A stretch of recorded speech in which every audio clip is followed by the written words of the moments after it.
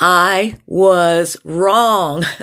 Why is it so hard for you and I to say those words? You know what? Sometimes the trying to be perfect and trying to be always right puts us in a box, man. It just puts us in chains and we can't even see it. Why is that? It's like our society tells us that we got to be right all the time. I mean, there's people that are ruining relationships because all they do is they feel like being right is the ultimate goal of life, and these things trap us. Sometimes the greatest gift that you can give yourself is to say, I was wrong. As a matter of fact, with God, that's how we get forgiven for our sins, right?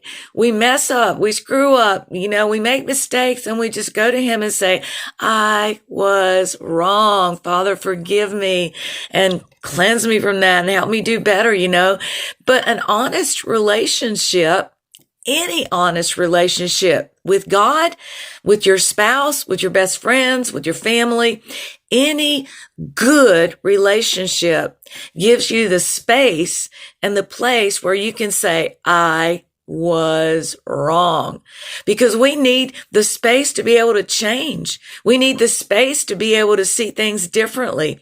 We need the space to be able to grow, and we need to give that to one another, right? And we need to be authentic in this hour. To be inauthentic in this hour is just not going to fly with anybody, right? And one of the greatest gifts that I ever did for myself was there was one of the biggest beliefs as a Christian that I was taught wrong. For years and years, I had heard somebody about it was concerning the rapture, right?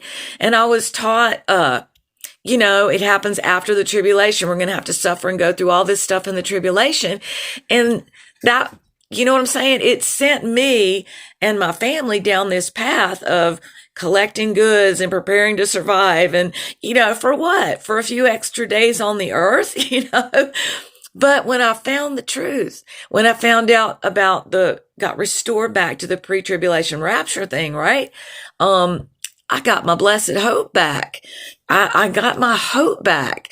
And sometimes when we can't say I was wrong and we can't make changes and shifts in what we believe, in how we think, in how we live our lives, if we don't give ourselves the blessing of being able to say I was wrong and be okay with it, spoiler alert, we all are.